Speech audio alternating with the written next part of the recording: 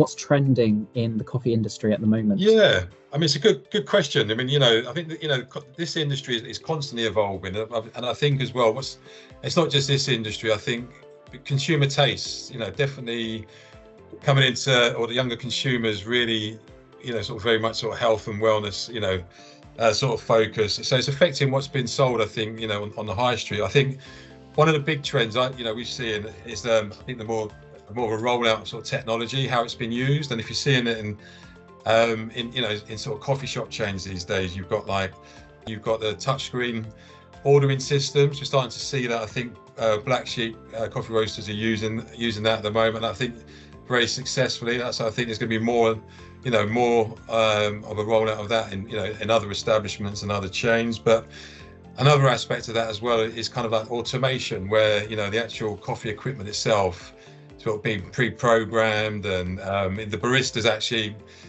some could argue it's unfair on the barista, but then you could also argue as well, these operators, with this automation, it allows the barista to engage more with the customers, which I think is really important. I think if you're running a coffee shop, it's great for that customer retention and that, and that personal touch. So, some people may be sort of scared of automation, others not, but I think it's here to stay.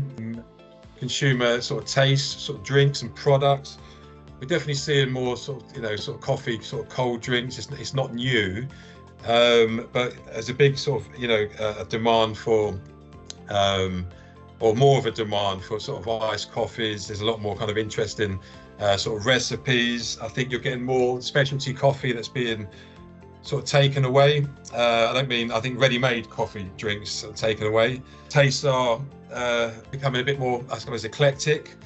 You've got more operators, I think, making their own drinks on site in terms of their own lemonades. They're using more local produce.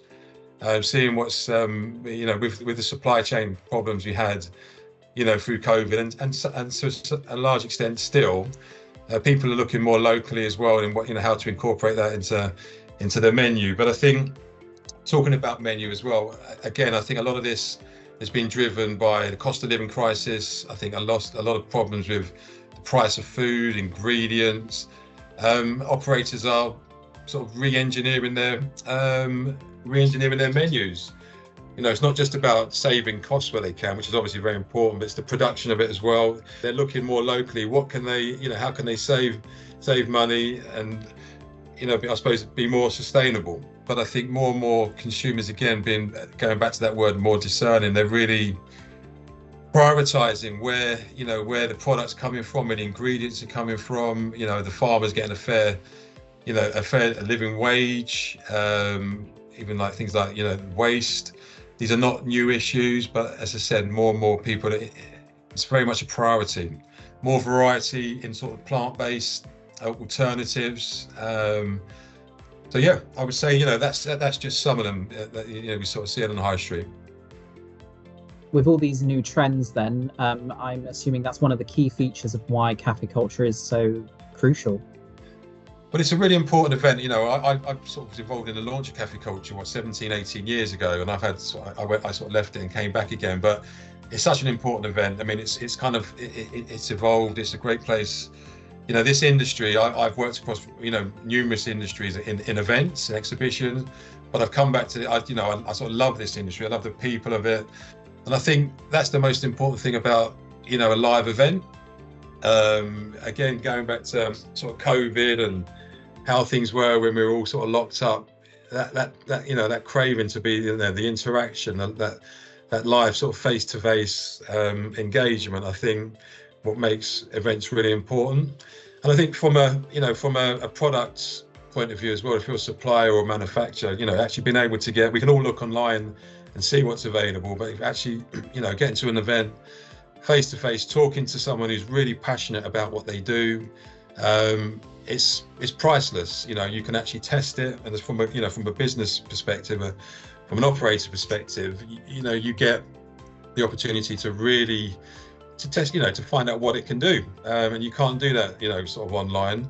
But that whole, that engagement, that seeing all your peers as well, it's quite a very close-knit, sort of community, this coffee industry. this sector and, you know, bringing it together. We're only a 2-day event, but it's very intense. It's a lot of fun, and a good chance, you know, just to catch up with people we haven't seen for the year. Absolutely. The coffee industry is always known for its prevalent marketing and sort of community aspect that it has. So I guess that really does shine through at Caffè Culture.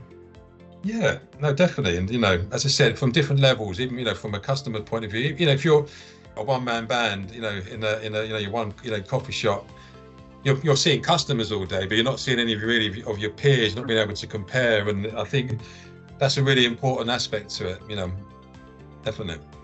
Absolutely.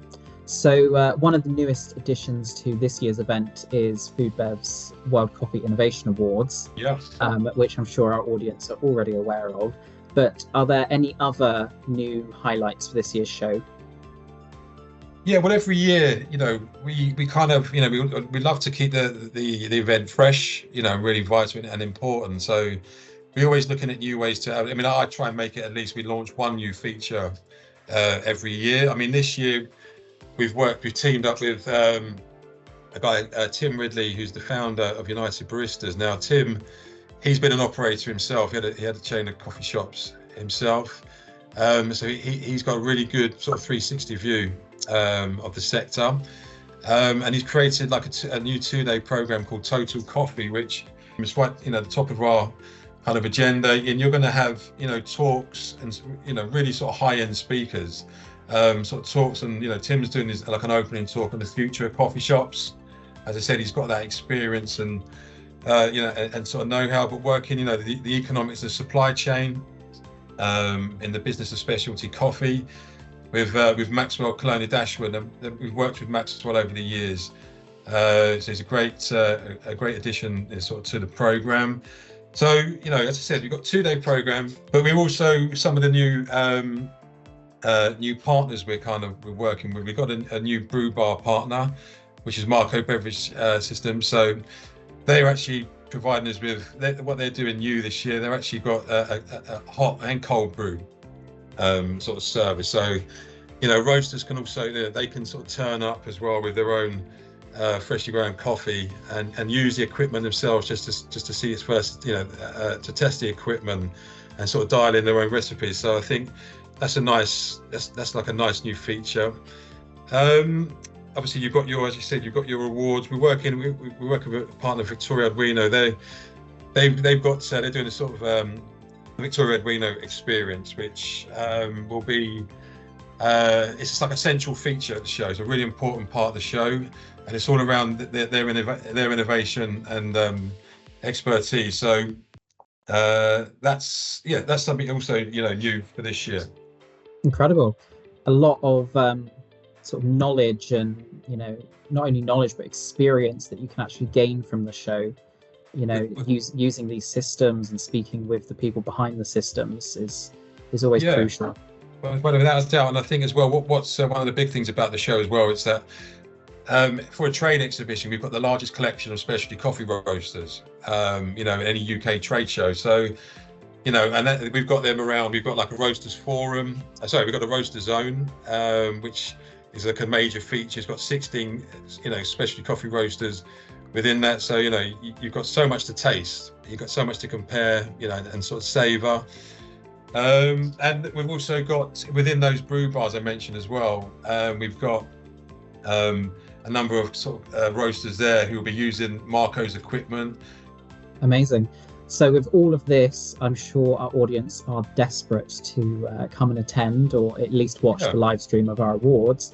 So how can they find out more about attending and the show information? Yeah, well, all the information about all the features, you know, all the, you can't forget obviously the exhibitors. I think we've got over 100 exhibitors now showcasing their products. So there's a lot of product there to test, and that can range from, you know, coffee machines, food, as I said about the roasters, but we also specialty teas, as a major segment of the show.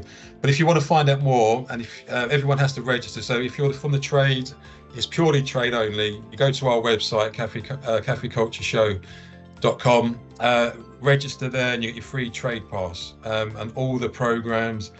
and all the information about what's going on can be found on there. Amazing. Well, I look forward to joining you at the show in October. Well, great. It would be great to have the awards. Obviously, it's the first year, we've worked with you, so really looking forward to that. So we'll be seeing you very, very soon. Yes, thank you very much.